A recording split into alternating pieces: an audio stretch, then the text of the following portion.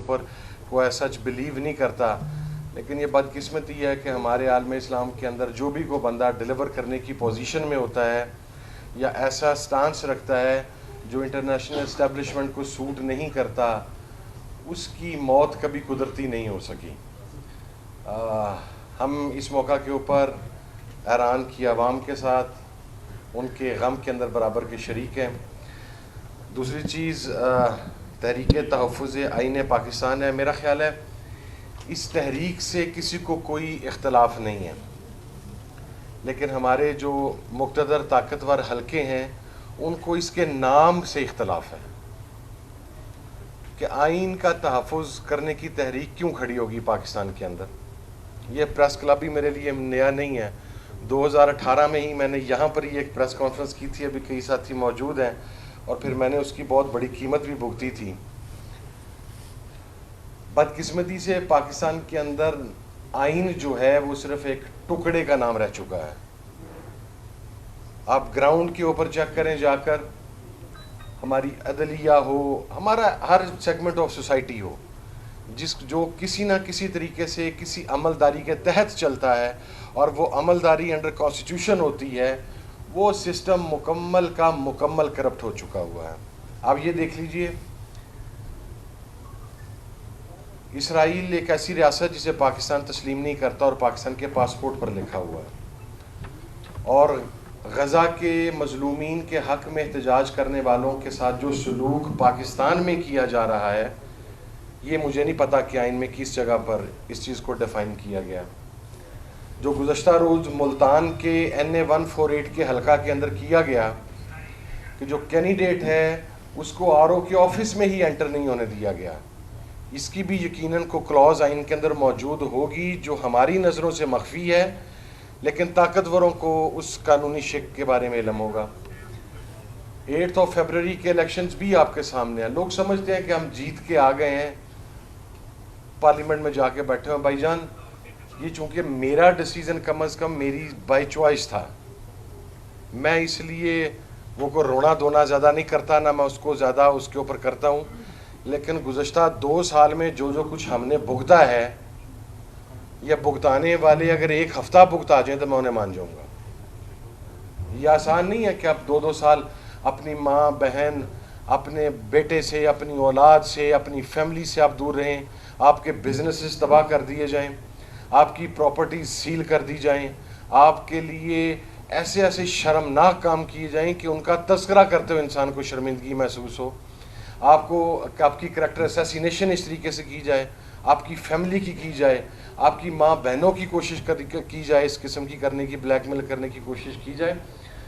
یہ چیزیں موجود ہیں آئین میں کہ آپ نے آبرو ریزی کیسے کرنی ہے، آپ نے بلیک میل کیسے کرنا ہے، آپ نے عصمت دری کیسے کرنی ہے، آپ نے ڈرانا دھمکانا کیسے ہے، آپ نے الیکشن ریزلٹس کو کیسے مینیج کرنا ہے، آپ نے ہارے ہوئے کو جتوانا کیسے ہے، آپ نے کس جج سے اپنی مرضی کا فیصلہ لینا ہے۔ یہ تمام چیزیں آئین میں موجود ہیں، لیکن وہ آئین ہمارے سامنے نہیں ہے، وہ ہم سے مخفی ہیں۔ وہ جو لوگ آئین کو کاغذ کا ردی کا ٹکڑا سمجھتے ہیں، یہ انہوں نے اپنے آئین کے اندر کوئی چیزیں لکھی ہوئی ہیں، اور بڑی جان فشانی کے ساتھ، بڑی مستعدی کے ساتھ، اور بڑے تسلسل کے ساتھ مسلسل کی جا رہی ہیں آج تک پاکستان میں۔ میں لٹرلی آپ کو ایک بات آنیسٹلی بتاؤں، جس جگہ پر ہم پہنچ گئے ہیں، محمود اچکزئی صاحب تو بڑا پرانا اس تحریک میں ہے، لیکن جہاں تک ہم لوگ پہنچ گئے ہیں، اس سے آگے صرف ایک ہی کسر رہتی ہے کہ آپ ہمیں گولی مار دیں، اور تو کسر کوئی نہیں رہ گئی۔ اس سے پیچھے تو کوئی ایسی چیز رہ نہیں گئی جو آپ نے کر نہیں لی۔ اور یہ بات بھی آپ کو واضح کر دیں کہ گولی کا خوف ہوتا تو ہم ابھی پیچھے ہو گئے ہوتے ہیں۔ اب وہ خوف اندر سے ختم ہو گیا ہوا ہے، اس لیے ہم آپ کے سامنے کھڑے ہوئے آپ کو بات کر رہے ہیں۔ اور آپ سے زیادہ، یہ میں پاکستان کے اداروں سے بات کر رہا ہوں، آپ سے زیادہ حق ہمارا ہے آپ کے اوپر، اس لیے کہ آپ نے جب بھی ریاست کو خطرے کی بات کی، ہم نے آپ کا ساتھ دیا۔ آپ نے آپریشن سوات آپریشن ہو، رد الفساد ہو، ضرب عضب ہو، کل عدم جماعتوں کے خلاف ہو، تو وہ TTP کے خلاف ہو، پتہ نہیں کس کس بلا کے خلاف ہو، ان تمام آپریشنز میں آپ سے زیادہ لاشیں ہمارے گھروں میں آئی ہیں آپ کا ساتھ دینے کی پاداش میں. تو ہم ریاست کے مخلص اور ہمارا استحقاق آپ پر زیادہ ہے. آپ ہمیں انسریبل ہیں کہ ہمارے ساتھ یہ غیر انسانی اور بہیمانہ سلوک کیوں کیا جا رہا ہے؟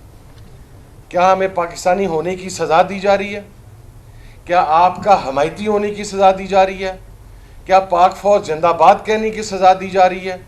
کیونکہ مجھے آج یہی فیل ہوتا ہے کہ مجھے یہی سزا مل رہی ہے شاید، کہ میں نے ہمیشہ، اور میں برملا اس بات، میں جہاں پر غلطی ہوتی ہے میں اس کا اعتراف کرتا ہوں اور میں برملا کرتا ہوں.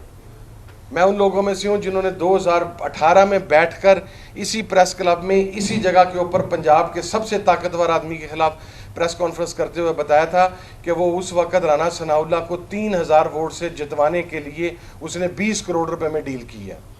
اس کی میں نے بڑی لمبی قیمت بھگتی ہے، لیکن رانا صاحب 2300 ووٹ سے جیتے ہیں. پھر بھی اس چیز کو انویسٹیگیٹ نہیں کیا کسی انسان نے. تو جہاں پر عوام کے مینڈیٹ کو ایسے روندا جائے، عوام کے مینڈیٹ کو ایسے برباد کیا جائے، وہ ڈیموکریٹک سوسائٹیز نہیں ہوتی. اس بات کے اوپر میرا خیال ہے وہ وقت آ گیا ہے جہاں پر یہ جو ایک وہ ڈیموکریسی کا سو کالڈ قسم کا ملغوبہ ہمارے اوپر طاری کیا گیا، اسے اتار دینا چاہیے. آپ اسٹریٹ اوے ڈکلیئر کر دیں کہ اس ملک کے اندر مارشل لا ہے، یا اس ملک کے اندر ایمرجنسی ہے، یا اس ملک کے اندر سول رائٹس نہیں ہے، یا اس ملک کے اندر ڈیموکریسی کے مطابق آپ اپنی زندگی نہیں گزار سکتے. آپ کو یہ رائٹ نہیں ہے کہ آپ یہ بات کہہ سکیں. آپ کو یہ رائٹ نہیں ہے کہ مجھے یہ رائٹ نہیں ہے کہ میں آپ سے پوچھ سکوں کہ میرے ڈپٹی سیکرٹری جنرل کو آپ نے کراچی سے اٹھایا اور اس کے بعد آپ نے اسے ایم کیو ایم کے ٹارگٹ کلرز کے سیل کے اندر پھینکا، وہاں پر اسے ٹارچر کر کے مرڈر کیا گیا. اس کی لاش میں نے وصول کی جو کہ بہیمانہ ٹارچر تھی.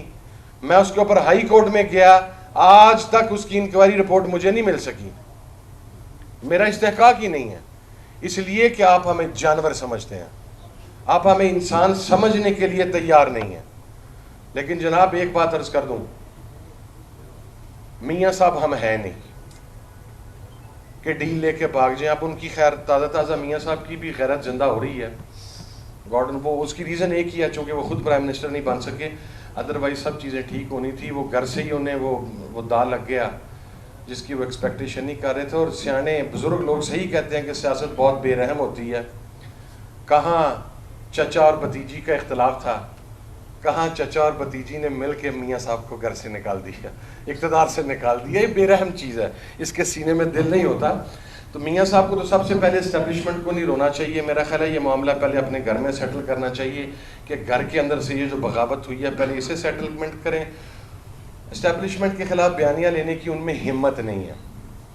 ہمت اس لیے نہیں ہے کہ جس آدمی نے، یا میں میاں صاحب کو یہ پن پوائنٹ کر کے نہیں کہہ رہا، ہر وہ آدمی جس نے کرپشن کا مال کھایا ہے، جس نے اس ملک کے وسائل کو لوٹا ہے، جس کی فائلز بنی ہوئی ہیں، اس کی یہ کیپیسٹی ہی نہیں ہے کہ وہ پاکستان کے طاقتور لوگوں کی آنکھ میں آنکھ ڈال کر بات سکے، یا سپریمیسی آف لا کی بات کر سکے، یا کانسٹیٹیوشن کی بات کر سکے. اس لیے کہ آپ جب کوئی ایسی حرکت کرنے کی کوشش کرتے ہیں نا، تو جناب والا ایک آفس میں آپ کو بلایا جاتا ہے، وہاں پہ وہ ایسی فائل آپ کے سامنے رکھتے ہیں، پھر وہ کہتے ہیں جناب اس پہ ذرا غور فرمائیں. تو غور فرمانے سے پہلے بندے اپنے کرتوتوں سے تو آگاہ ہوتا ہے، تو بندہ یہ کہتا ہے کہ نہیں آپ غور نہ کروائیں، مجھے بتائیں میں نے کیا کہنا ہے آپ کے لیے، یا میں نے کیا کرنا ہے آپ کے لیے. یہ سر پھرے بہت کم ہوتے ہیں جن کی فائل نہیں ہوتی، جن کی فائلیں نہیں ہوتی، کیونکہ وہ پھر بلیک میل نہیں ہوتے نا، وہ پکڑے نہیں جاتے.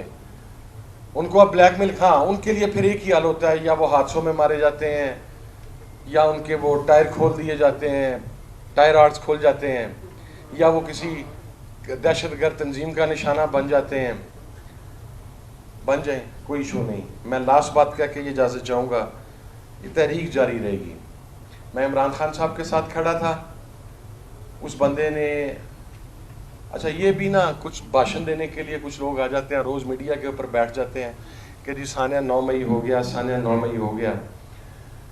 جن لوگوں نے کبھی زمان پر کا گیٹ نہیں دیکھا، وہ بھی اتنی مہارت کے ساتھ رات کو بیٹھ کے جھوٹ 8 سے 12 بجے تک بولنا شروع کرتے ہیں کہ وہاں پر یہ تھا، وہاں پر یہ تھا، وہاں پر یہ تھا. ایک ابھی وہ صاحب کردار ایک نوجوان تو نہیں جوان برآمد ہوا کراچی سے، جو پتہ نہیں خدا جانے اسے سینیٹر کون منتخب کر گیا، اور وہ ایسی عجیب بہکی باتیں کرتا ہے کہ اس کی اب کرتوت میں بیان کرنا نہیں چاہتا، کیونکہ یہاں پر ہماری بہنیں بھی بیٹھی ہیں، خواتین بیٹھی ہیں. وہ آ کے ایسے بھاشن دینا شروع کرتا ہے جیسے مقام ولایت تک پہنچنے والا ہے. وہ اس کا بیک گراؤنڈ ذرا آپ کھول کے دیکھیں، اسے اتنے بڑے بھاشن دینے کی ضرورت نہیں ہے. وہ ذرا بیک گراؤنڈ کھول کے دیکھیں، یا تھوڑا اب کل اس نے نام لیا جنرل فیض کا. میں بتاؤں اسی جنرل فیض کے پیچھے یہ موصوف کس طرح پھرا کرتے تھے ترلے اور منتیں کرتے ہوئے. اور میں اگلی بات بھی بتا دوں، یہ جتنا مرضی کر لیں، ان کی اوقات ہی نہیں ہے کہ یہ جنرل فیض یا کسی جرنیل کو ہاتھ ڈال سکیں. یہ صرف کسی ایک ذاتی انڈیویجول کو خوش کر رہا ہے جس سے اس نے اپنا بینیفٹ لینا ہے یا کو اپنی خواہش پوری کرنی ہے. Nothing more then that. کمال ہے، سینٹ ایوان بالا، ووٹ خدا جانے کتوں، گندا نواز شریف، گندا زرداری، پارٹی ساری اس کو ووٹ ڈال گئی. نہ وہ ان کر رہے ہیں نہ وہ ان کر رہے ہیں، وہ بیٹھا پانڈا لکھ رہا ہے دونوں کی. اور پھر بھی جناب وہ یہ ہے پاکستان کا ایکچوئل المیہ اور پاکستان کا ایکچوئل ڈیلما، کہ وہ لوگ جو کچھ لوگوں کی خوشامد کر کے اقتدار کے اندر آ جاتے ہیں. ایک وہ بنارسی ٹھگ ہیں سیالکوٹ کے ہمارے، وہ خدا جانے اس نے پتہ نہیں ہار کے کب باہر ہونا قومی اسمبلی سے، کو ایسا نحوست کا سایہ اس بنارسی ٹھگ کا، خواجہ آصف کا.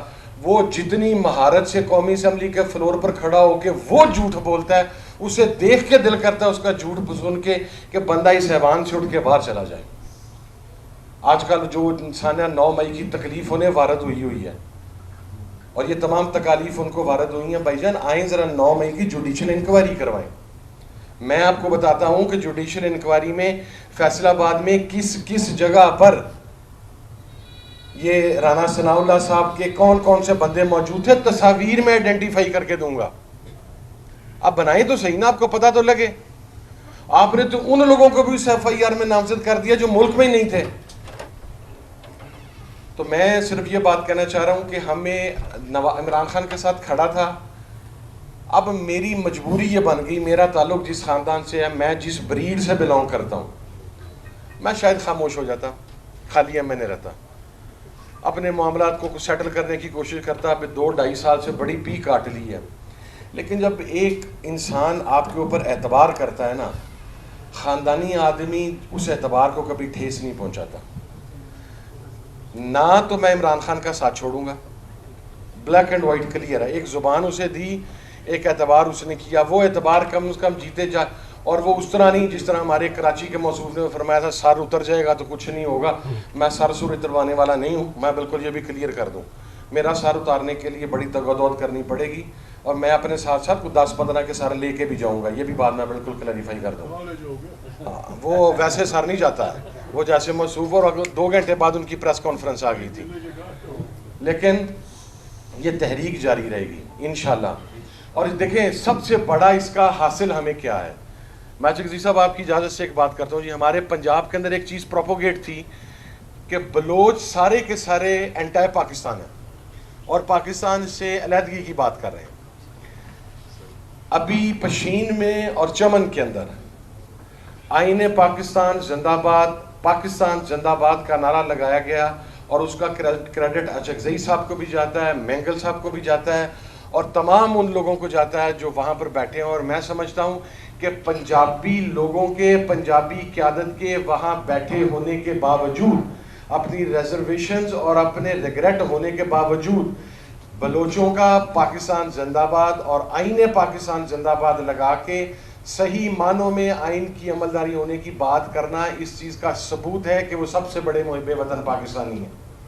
پھر ہم نے وہاں پر وعدہ کیا تھا کہ ہم پنجاب جائیں گے، ہم اپنے علاقوں میں واپس جائیں گے، ہمارے پہ جو مرضی گزرے وہ خدا جانتا جو گزرتی ہے، لیکن ہم آپ بھائیوں کی آواز ہمارے پنجاب سے اٹھے گی.